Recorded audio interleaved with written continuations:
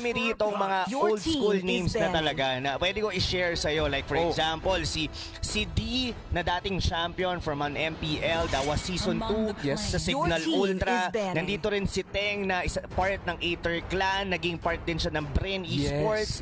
I believe that was season 4.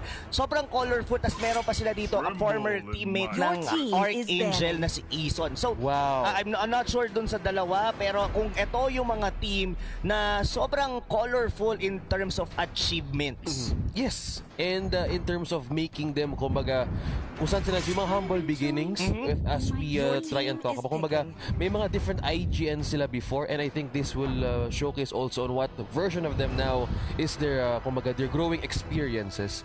Tsaka kung titignan mo, Kuya OSX, napaka-neat. Kumbaga, may mga gems kasi sila sa pangalan. So medyo, kumbaga, maharlika yung dating. Medyo bigatin. Yes. And look at it. Ito ba yung mga tinatawag nilang mga resins? Yung medyo mga mamahaling mga laruan. Dati kasi ako kasi medyo nasa, na ako 27 always years old. So, yung panahon ko kasi, Kuya OS, ma-share ko lang sa'yo. Ang mga laruan ko lang yung mga pan-touching. Yung mga laruan kasi ngayon ng mga, hindi, parang ang hirap hawakan kasi baka masira mo, ang mahal tignan. Totoo yan, yung mga action figures na akala yung mga real-like sculptures. Yes. And it's always present. Isa sa bootcamp ngayon ng Cerebrum? Oo, yun yung tinitignan ko. Parang ansara. Si Minion ba yung nasa gitna? Si Minion. May 6 months sila, sa gitna mismo nakapwesto. Color yellow. Kulay dilaw. Well, dilaw naman yung buhok ng ibang players. Pero, going back dito sa ating draft, so sa side, that's gonna be Xborg and Matilda. Earlier, yung the second series from the Aris and Friends versus Vigilantes, Matilda yung naging common denominator for that team na nanalo with the 2-0 fashion. Kasi ang bilis ng mobility, ng movement nila, and this was exactly almost the same draft na meron sila na ipo-pull off dito ng side ng Cerebrum. Meanwhile, medyo assassin-centric naman ang gustong gawin dito ng Outcast. And not to mention, itong Saber na to is getting a lot of popularity during this meta. Especially now, during the patch. Ngayon, na-prio ba nila si Paquito? How, yung the mobility, the damage that he can give, especially na merong mga pro players na gumagamit kay Paquito. Talagang he is a very versatile here na pwede mo siyang gamitin to deal damage as well as knock. Kumbaga yung control na pwede na ibigay. Sa din kung titignan mo, they banned those heroes na mahihirapan yung Benedetta. Diba? So I believe this Benedetta would be their turtle lane, which is the XP and gold. Itong, hindi mo pa masabi kasi there were teams who's actually putting Saber on their mid lane, so we have to find out once na mag-start yung game. But meanwhile, para dito naman sa side ng Cerebrum, they have this two of the strongest heroes that you can draft on the first 5 minutes of the game. Na sobrang lakas ng presence and impact ng mga heroes like this Matilda and of course itong Selena, most especially kung tumatama ang pana. Pag tinamaan ka ng pana, parang Cupido lang yan eh. Pag tinamaan ka, is either maaakit ka or pwede mong iwasan yun. Pero pwede kang maakit at pwede mong ikamatay. Mahirap yun. Pagka nag-fall ka, syempre ganun tatamahan ka ng pana, tapos papasukin ka ni Selena. So pag nag-fall ka dun sa trap pa niya, talagang yari ka. Wala, yari ka. Kumbaga, ito yung moment na nahuli ka na, nagulat ka pa. Huli pero di kulong. Huli pero hindi kulong. Pero now, the draft has been set para sa side dito ng Outcast Esports. So we're clearly looking into mid lane na Saber, 'di ba? Kasi they will be going into like a Claude na jungler. So, ang pwedeng pansinin natin dito, it's gonna be a pick-off type of potential. I would say na medyo mas early game yung aabangan mo rito para sa side ng Cerebrum Esports. Kailangan natin tignan ng maigi yan si D, pati yan si Zac. By the way, if kundi ako nagkakamali, I believe Zac is part of Amihan. Oh, yes. That was the former Amihan na mga kakampi nila Emma na ngayon ay mga nasa MPL teams na. Wow, they have gotten this far in terms of getting their progress as ML. And looking at this lineup, talagang may iba't iba silang kaya. And si Reynos at si Andre Gems naka-mystery shop.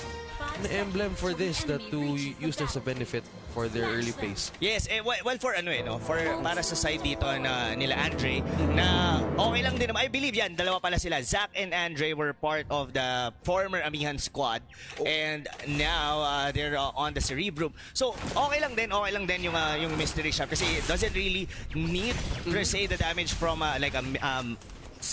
what's it called that? The magic worship, yes. Saka sa impure rage, even. Kumbaga, kailangan mo lang is to get your item as fast as possible. Most specifically, yung Clock of Destiny, gusto mo kagad mabuo para magkaroon siya kagad ng stack.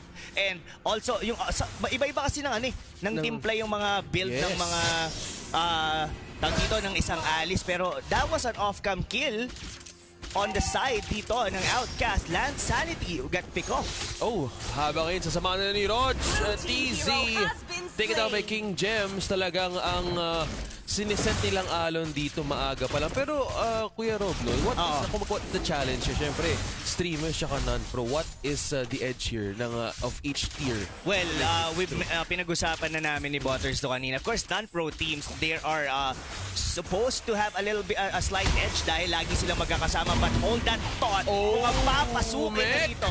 Blazing Duet releasing that dash out para makaiwas Outcast. Mukhang binabantayan dito pagpasok ni D-Gems. But now King is taking Lance Sanity out of the map. Mauhuli ba to that? Engage. Sinimula na ang pag-pick off kay Lance Sanity. Nakabantay kay Saber ang team Cerebrum. Oh no, this is a little bit getting out of hand dito OSX, and another arrow will land. Grabe. At si King pa mismo yung nakakuha ng kill. That was 3-0 in less than 2 minutes para dito sa ating Roger. What a snowball para sa side ng Cerebrum Esports. And kung snowball yung ganitong klase ng draft, it only goes to show na they had a higher potential and rather chance na masecure yung mga early objectives natin like a turtle.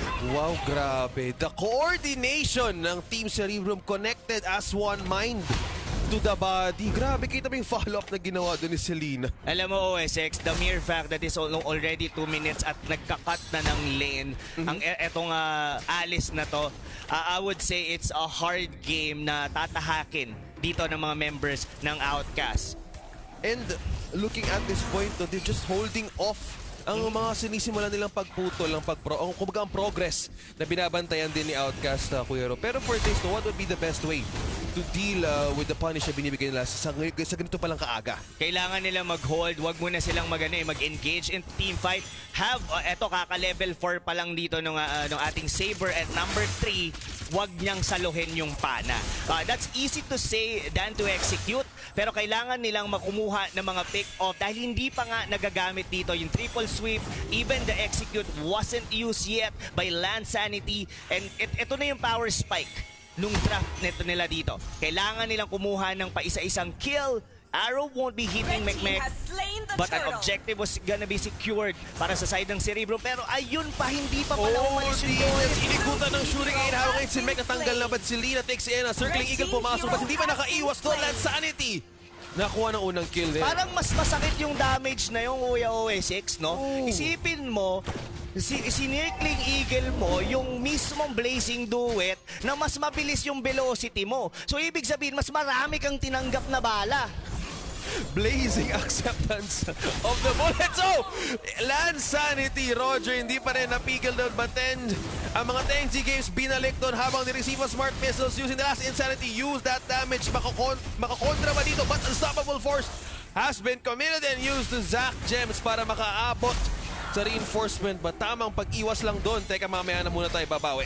Palong-palo si Kuya Moteng eh. Diba? Hindi pa siya na-pick off doon, and it was great by Zach providing those assistance on the bottom lane para sa ating export. And now, this is less than 5 minutes at hindi na makadikit sa purple buff nila ang mga members ng Outcast.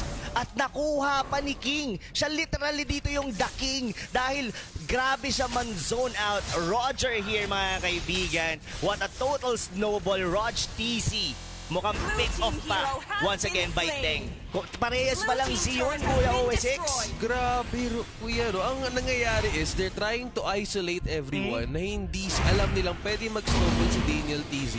Kumbaga, all eyes on the possible consequences kung di nila maagapan mamaya. Medyo yung yung gameplay rito ng side ng I believe ng Outcast, but hold the thought. Andre Gem na pick off the overstayed their welcome OSX on the top lane. This is still an assassin lineup, and with those execute land sanity, hindi man yan na-pull off yan as early as they would want it to be, pero makaka-pick up pa rin talaga tong Saber. Alam mo, notice ko dito, Kuya Rob, no? Ang ginagawa lang nila is they're waiting for the right opportunity to use these spells na hindi nila ma-overextend na yung possibility. Pero ngayon, Blazing Duet is trying to be used against King Gems habang ang paparating na dito ang parada ng team ng Cerebrum habang kukunin nila mismo si Lansanity. King Gems is just going wild and hungry for blood. I don't want to say this as early OSX, but I believe this is almost over para sa side dito ng Outcast. That was a 4v1 situation kay King. Hindi pa nila napatay yung Roger. That's how strong he is. This is a 9-0 in 6 minutes for a Roger with 3 items. Almost tatlo na. Windtalker, War Axe, and now approaching into his third item, which is the Endless Battle. Grabe, all of this scaled up progress, what makes them on the edge this time, Kuya Rod? Number one is they don't have enough focus in terms of target. Kasi kanina, that was 4 members na nilaro ni King. What he did was nag-dash siya, tapos nag-Lycan bounce, at yung time na nawala siya, that was the time. Tapos sinustain sila all through the, I believe that was the killing spree. Kasi kalahati yung buhay niya, napatay niya yung isa, bumalik yung buhay, tapos inisa-isa niya yung mga members dito ng Outcast. So now, OSX, this is a 15-2. It was just simply like an icing on a cupcake. Kung ano man gusto mo pang tawagin, this is a very easy game para sa side ngayon ng Cerebrum Esports. Literal na nautakan nila yung mga members ng Outcast. Tencent Gems mukhang ibabalik sa nest ng Team Outcast Esports. Ginamit ng last insanity to hold and clear that minions, but this will be just their edge para basagin na Pangantore ang last turret ng Outcast Esports to make it back alive. Ang kanilang edge dito will be trying to take on the battle in the base. Andre Gems sinimula na rin habang umiwas, trying to connect them in one state. Nako, si Reynos nilabagan ng Zaman Force habang ngayon si Mech nilabasan sa Sabong Force. Too much forces has been used in the side of Outcast Esports, making their way to defend the base. Dalawa ang naiwan to hold Team Cerebrum Esports out. Hindi pa naman kailangan tong tapusin kagad ng mga members ng Cerebrum, but clearly even our viewers would say na it definitely gonna be a hard battle. They would want to 1 or 2 wipe out. Probably they could come back into this game. Saan ba pwedeng magsimula ang mga members dito ng Outcast? Well, time and time again, we've been telling our viewers na posible na makakuha sila ng isang pick-off.